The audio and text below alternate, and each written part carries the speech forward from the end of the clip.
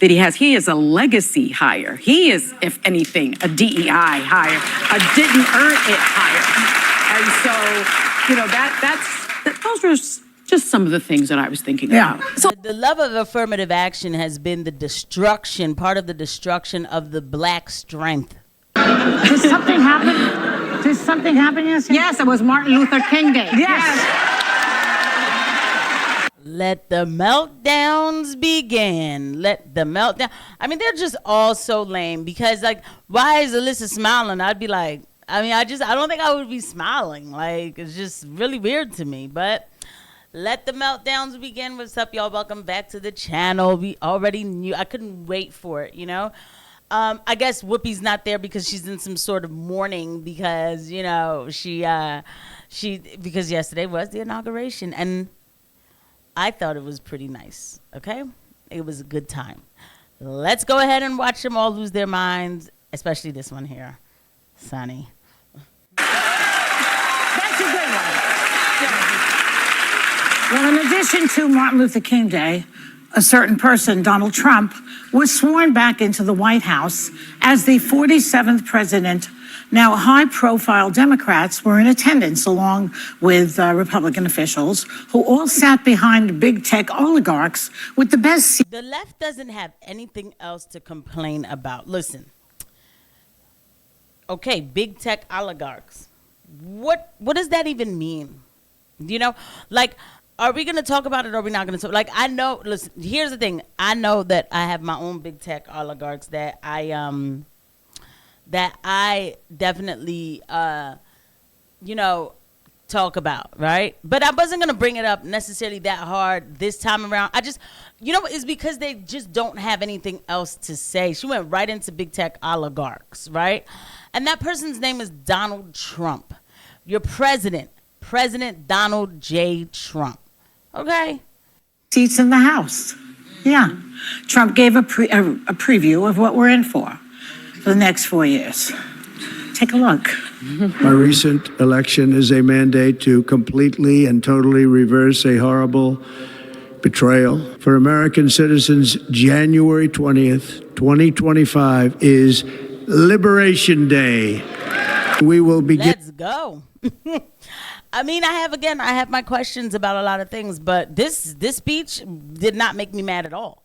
In the process of returning millions and millions of criminal aliens back to the places from which they came. I will direct all members of my cabinet to marshal the vast powers at their disposal to defeat what was record inflation and rapidly bring down costs and prices.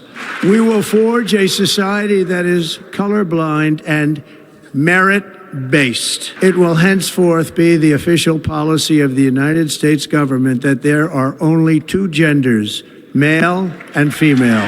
My proudest legacy will be that of a peacemaker and unifier. That's what I want to be.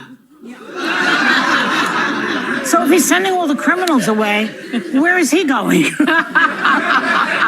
And what better? That wasn't that funny. It's just so disrespectful, man. I'm telling you, Trump is a nicer me. Like, maybe I shouldn't have the power. Like, I always say I could be a good president. I don't know, y'all. Maybe because these broads would have me be like, oh, shut their show down. Like, executive order, shut down the View.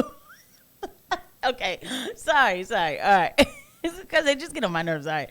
By the way, please don't forget to hit the like and subscribe button and the notification bell. I thank you to every eye that lands on these videos. Let's go.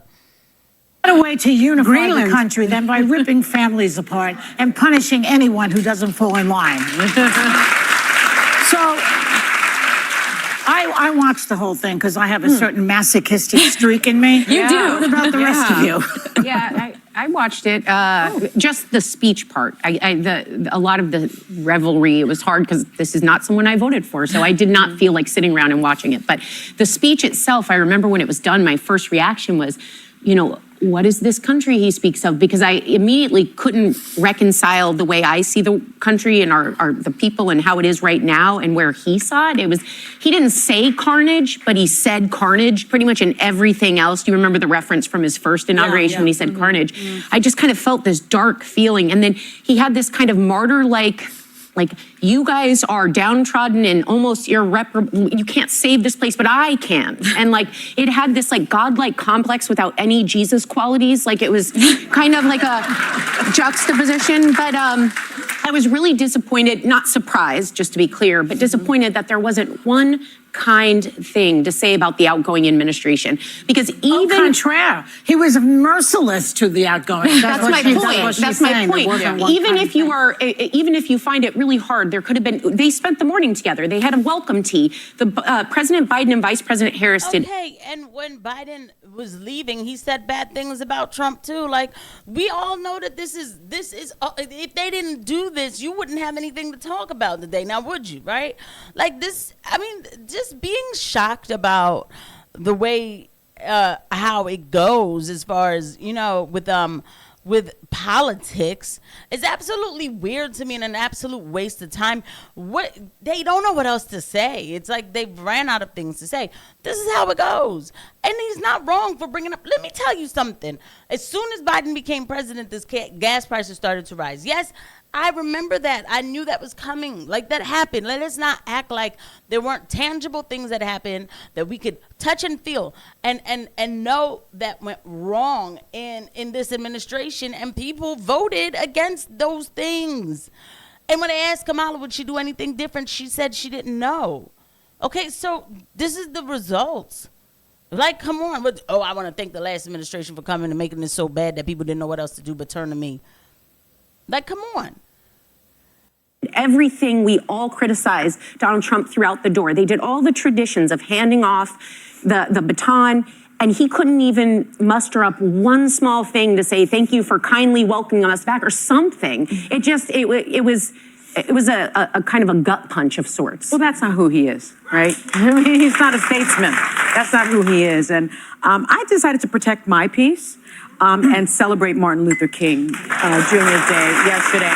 So I did not watch the inauguration. My sorority sisters of Alpha Kappa Alpha Sorority Incorporated had a service day in Harlem yesterday, and I enjoyed that. I went to Buffalo Wild Wings and watched Notre Dame, unfortunately not be victorious, but I went with a bunch of my law school buddies, and we ate wings and Okay, good. You ate wings on Martin Luther King Day. First of all, how stereotypical is that? Like, okay, great. You were so proud to like not, discuss, not to watch the inauguration. Big whoop you hot take. Nobody expected you. I thought you were gonna have a spa day. Like, nobody expected you to, have anything positive to say about yesterday, right? It was an inauguration, okay?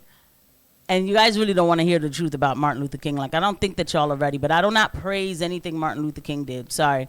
I'm a little bit radical in that way. Okay, the truth kind of does that too. I don't hate him. He's dead, okay. Things happened, right? But believe me, that's not somebody I'm peddling. Thank you, Tony, who's the manager there, for making me feel good. But the one thing that I did think about was the hypocrisy of having a man be inaugurated to be president on the same day as we commemorate MLK. And that same man saying that he was going to get rid of diversity, equity, and inclusion. The irony of it. The irony of it, because Martin Luther King not only wanted racial equality, he wanted economic equality. Yeah. And that is something that people tend to miss. And I want to remind people that he said that Black Americans deserved reparations for the injustices they faced. He argued that reparations were a form of justice, in fact, not charity. And he said, quote, "It's all right to tell a man to lift himself by his own bootstraps, but it is cruel jest to say to a bootless man that he ought to lift himself by his own bootstraps." Yeah. Once again, she keeps attacking Black people. I'm calling this an attack, like I am. It's like they can't have, like a well-to-do Black person. It's like we always have to just remind a Black person that you are lower than dirt. This is how that reads. People are tired of him. We don't care. Guess what? Martin Luther King's speech was written by somebody else, okay? And from what I've seen in his letters, he didn't even believe in the resurrection of Christ, okay? Sorry, y'all not gonna peddle this man to me as some sort of, bishop, some sort of like high, look, he's dead. Don't make me do this, okay? Please. I'm just so sick of the lies of history. I really am. But this girl right here, it's like we always got we need some help. This is America. And no matter how many issues I have with the country, and I do, as far as especially our foreign policy, I do. If you can't figure out how to go to community college for free, right? When they also you could get money back to get a trade and then buy an LLC and make a business out of that trade. I don't feel bad for you. I don't. I seriously do not. I don't. Because there are too many people who do it. I'm so tired of this wham behavior. I want everybody to get rich. You can get rich. You just got to want to do it. Just straight up and down. And so, in thinking about that, and Donald Trump saying things that this country would be a meritocracy, you're talking about a man who didn't become the president of the United States because of merit. He hasn't he had no political experience whatsoever. He had no business experience. He was given everything that he has. He is a legacy hire. He is, if anything, a DEI hire, a didn't earn it hire. And so, those are just some of the things that I was thinking about. So the love of affirmative action has been part of the destruction of the black strength. Okay? I think I'll leave that there. Look, no. Yesterday was a change.